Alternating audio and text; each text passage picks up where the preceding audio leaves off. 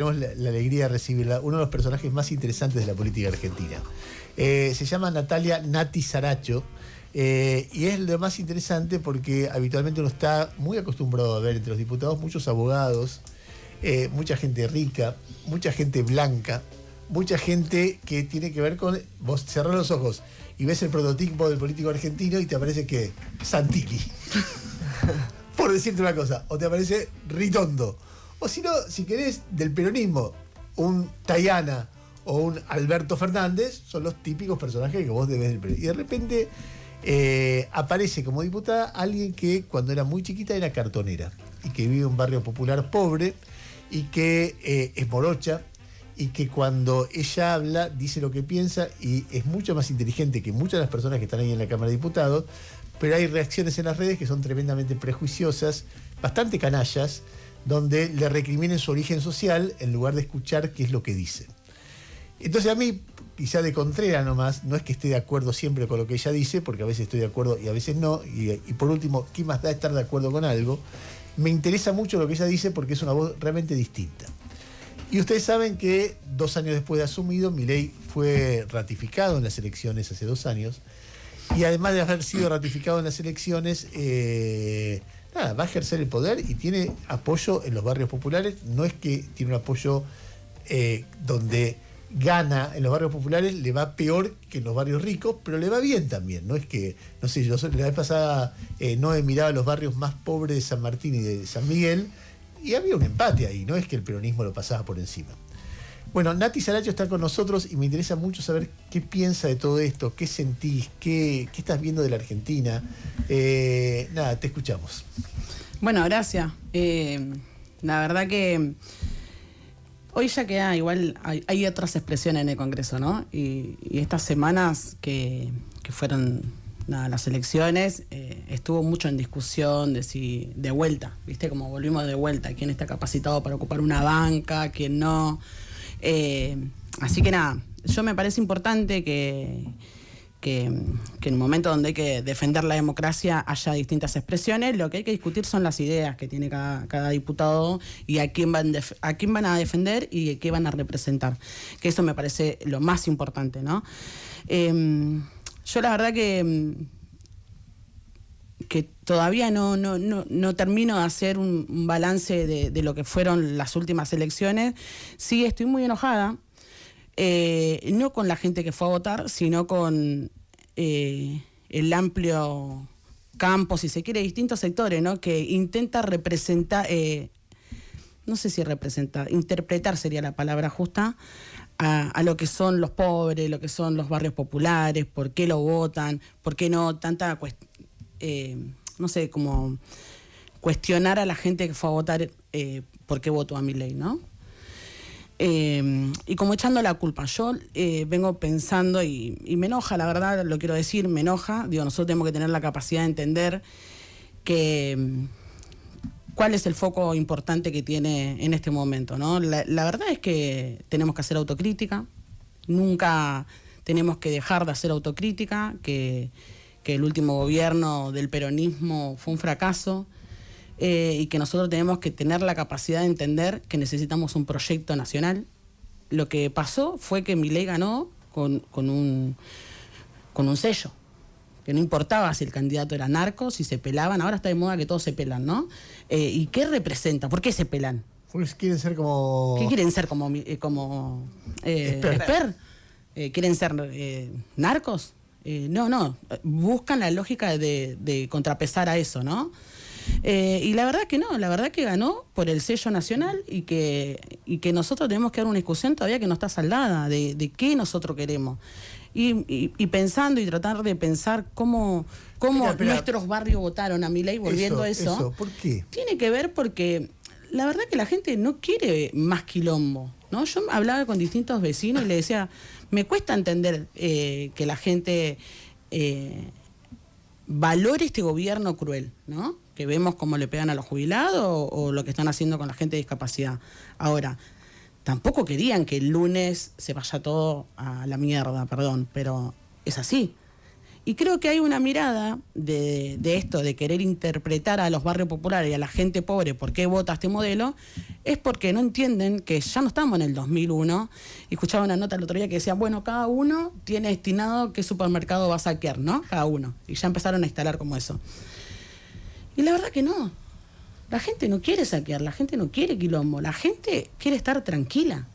Ahora, es verdad que estamos en un momento difícil, pero por suerte y tenemos un tejido social que está bancando, que son los clubes de barrio, que son las iglesias, que son las organizaciones sociales, que hay una comunidad organizada que está resistiendo. Que la gente no quiere quilombo, porque ¿sabes qué pasa en los quilombos? Siempre los muertos los ponemos nosotros. ¿Qué pasa en las marchas? En las marchas nos reprime. Digo, la gente no quiere que vos vayas y que te caigan a palo o que te metan en cana como hicieron en las últimas marchas, o lo que le pasó al periodista que le dieron lo que pasó con Grillo, ¿no? Y eso no pasa en la marcha universitaria. Eso pasa cuando mueven los sectores más vulnerables, ¿no? Que dicen, bueno, no, hay que trabajar, no hay que estar en la calle. Y ese discurso que también desde el campo nacional y popular se fue cuestionando a lo largo y a lo ancho de todo el proceso, ¿no? Y bueno, yo estoy pensando todavía cómo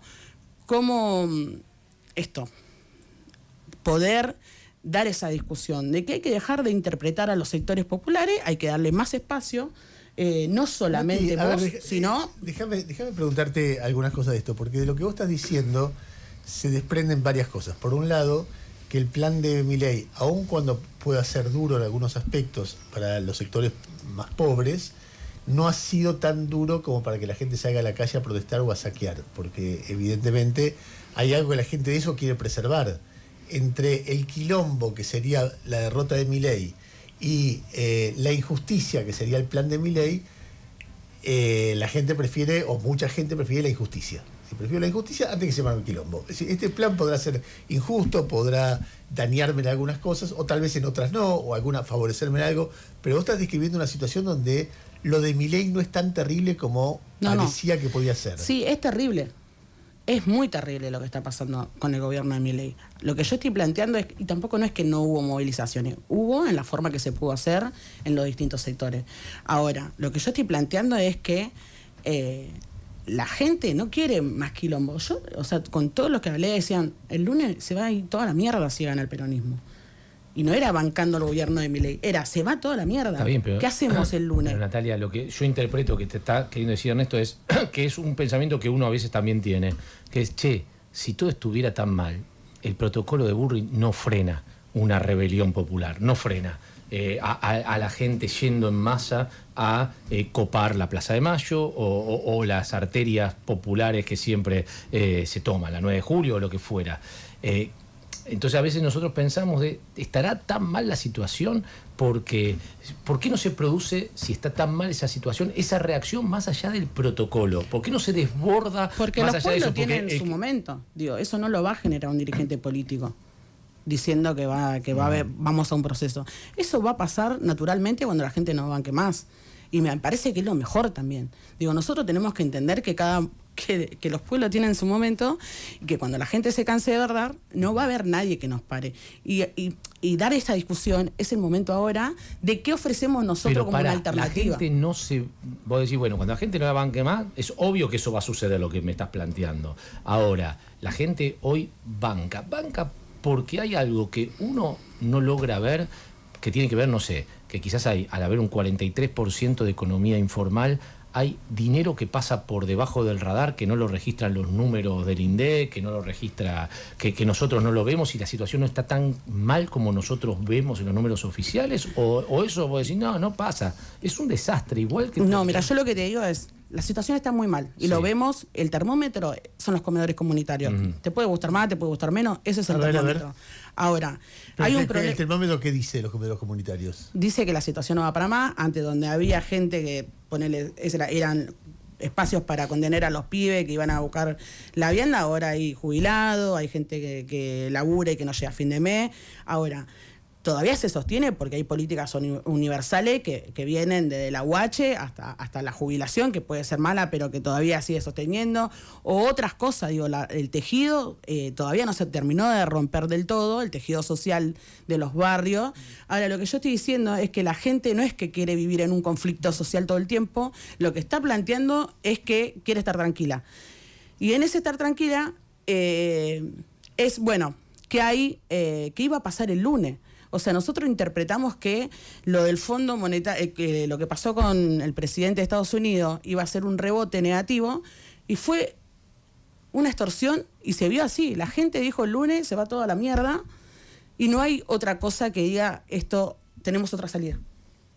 Entonces, yo creo que ese es el desafío, que el campo nacional y popular tiene que entender que necesitamos construir una propuesta alternativa al conflicto que tenemos hoy. ¿Qué va a pasar si Milei se va? Bueno, ¿qué va a pasar? ¿Por qué crees que le tienen miedo al peronismo? ¿Por qué creen que si gana el peronismo se va toda la mierda? Porque creo que es la única fuerza que le hace, que hoy es la oposición, y bueno, justamente por eso, porque somos la fuerza que justamente le está haciendo frente, tenemos la mayor responsabilidad de construir una alternativa. Ahora, no puede ser solamente un freno a Milei. Bueno, ¿para qué lo queremos frenar a Milei? Y eso tiene que ver con un programa. Y el programa ordena todas las internas que hay dentro del peronismo. Es así. Yo lo vengo planteando desde que asumí prácticamente, de decir, te puede gustar más o menos Juan Graboy, pero nosotros teníamos un programa de gobierno, el Plan de Desarrollo Humano Integral, que lo recorrimos en todas las provincias. Por ahí te voy a decir algo muy prejuicioso, pero yo creo que si Juan fuera el máximo referente del peronismo, la idea de que el lunes se va toda la mierda se potencia, no disminuye, porque Juan es quilombero, porque Juan tendrá muchas cosas que son muy virtuosas, pero utilizado esto por, no sé, Caputo, Milei, toda la prensa más cercana a la libertaria, Juan es la idea de la revolución, la reforma agraria, la revolución, la crisis del sistema capitalista. Entonces, más allá de que lo sea o no, van a construir sobre él la idea del caos, y el fenómeno que vos describís que pasó hace una semana y media se va a potenciar. Está bien, pero por eso mismo, no es el nombre de Juan, o de Cristina, o de Axel, es el programa. Yo lo que estoy planteando es, nosotros tenemos que tener un programa federal que incluya a las provincias, que entendamos que más allá de que el desdoblamiento le puede garantizar a las provincias, como pasó con Provincias Unidas, tener localmente ganar las provincias, después queda en evidencia que no hay un proyecto nacional y por eso salen terceras fuerzas en sus propias provincias, ¿no? Entonces, la salud, la educación, las cosas más general dependen de lo nacional. Entonces, si nosotros no entendemos que hay que ver también cómo esto le afecta a la gente de carne y hueso. ¿Las cartas de Cristina contra Axel ayudan o perjudican? Mira, yo la verdad que creo que estamos en un momento donde hay que entender que ya la gente no lee cartas. No lee cartas, pero la verdad que yo me enojo igual, porque cuestionar a Cristina, que la verdad que primero que está presa, y que después fue la que generó más derecho en los últimos años. Te puede gustar más, te puede gustar menos, pero que hizo cosas concretas. Bien, pero la carta, pongámonos a laburar. Yo te banco la carta, es una discusión política, una discusión de estrategia y todo. Yo creo que los trapitos se lavan más adentro que afuera, pero no importa. El baile, porque eso sí, para muchos fue ofensivo. El día de la derrota, que salga al balcón a bailar. ¿O no lo tomaste así? Yo la verdad que no. Para mí Cristina puede hacer lo que quiera. Yo creo que eso es... Vos sos como un hincha de River con Gallardo.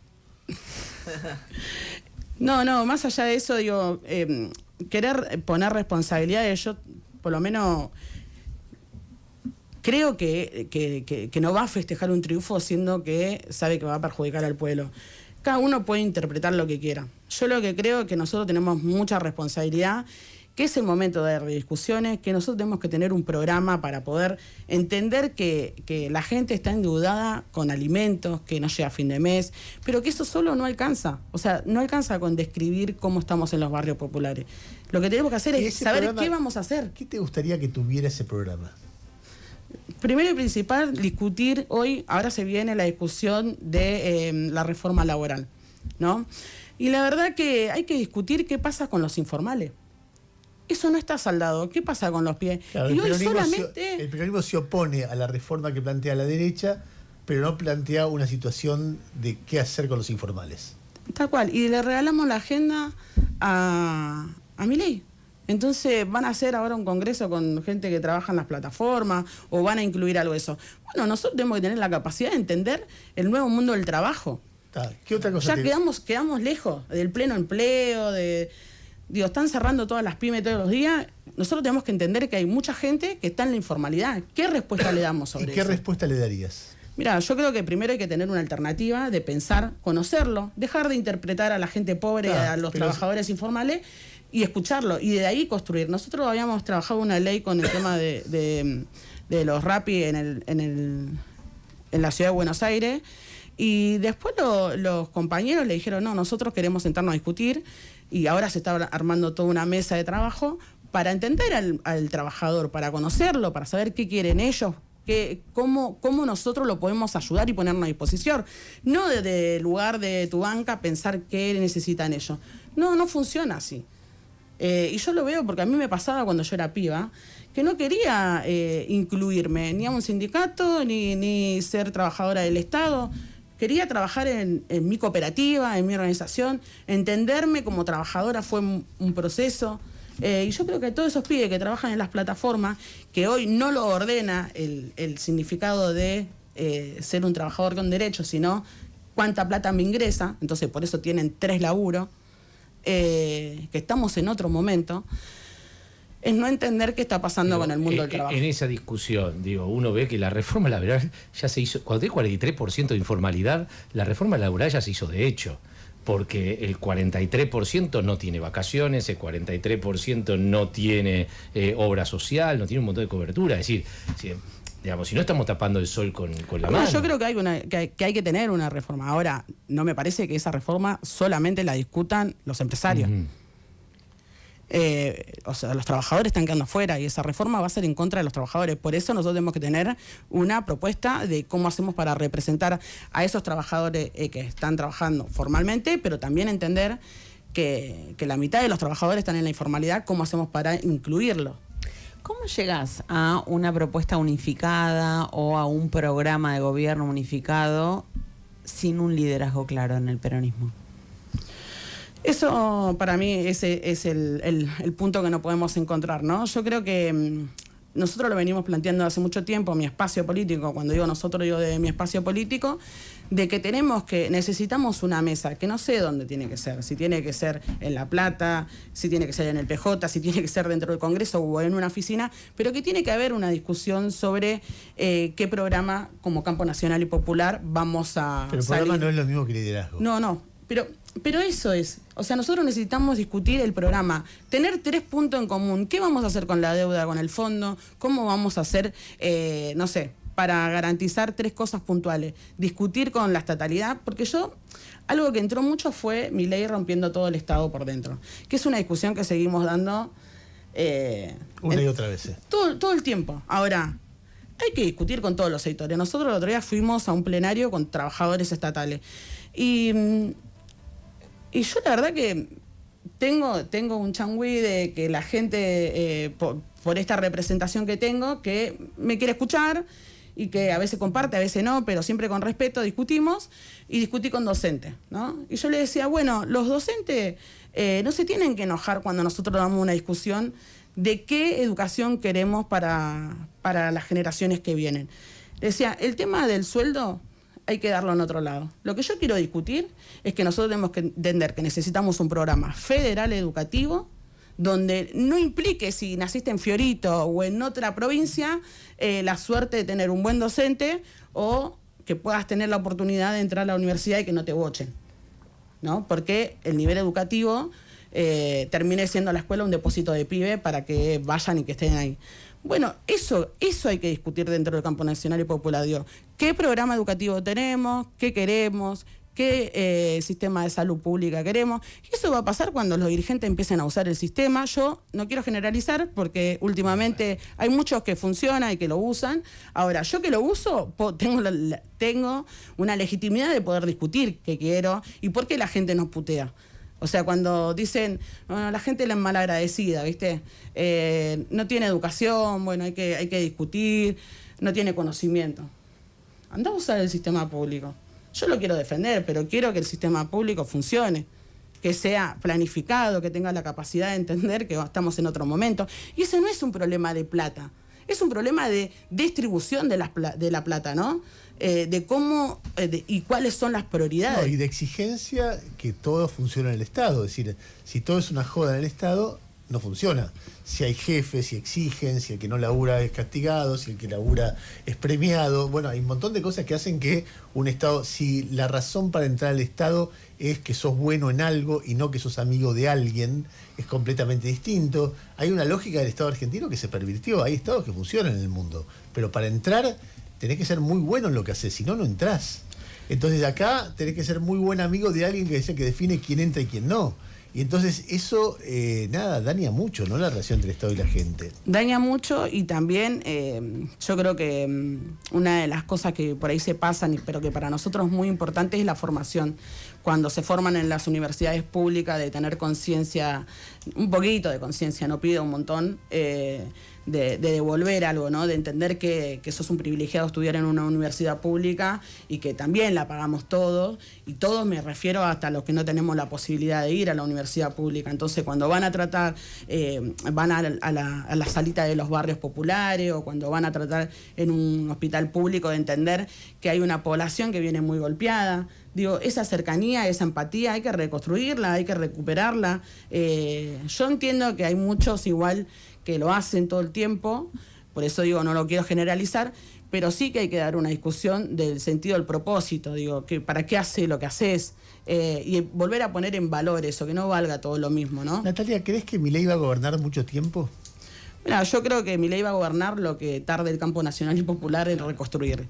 Digo, si nosotros no tenemos una alternativa que represente a la gente, esto va a seguir. Y o se va a ir, pero ¿qué va a quedar? Digo, y esa responsabilidad de la oposición, que hoy somos nosotros. No hay otra, somos nosotros. Lo digo de otra manera, no me vas a decir que sí porque la querés mucho, pero ¿no te parece que Cristina es un obstáculo para que aparezca un nuevo liderazgo? Que no importa quién sea, ella va a estar contrapesando porque o quiere que sea su hijo, o quiere que sea ella misma, y por las razones que fueran, por la justicia o por su historia, no le dan. ¿No te parece que ella, en algún momento, para mucha gente del peronismo, fue realmente alguien muy, muy importante y que hoy perjudica la posibilidad de que este proceso se dé?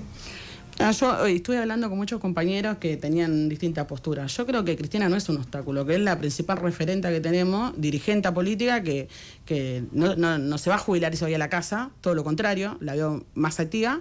Lo que yo creo es que está bueno disputar, pero disputar con ideas, con programas, digo, para ser mejor. Y me parece que eso tiene que ver. Yo creo que, te vuelvo a decir lo mismo, no es para salir por otro lado, creo que si no hay un programa, nosotros vamos a seguir discutiendo y va a ser siempre el chimento de que dijo uno, que puso en la red el otro, y la gente está harta de eso. Está harta porque está endeudada con la tarjeta, no sabe cómo hacer para pagar las cuentas, no sabe cómo hacer para llegar a fin de mes, y no le importa.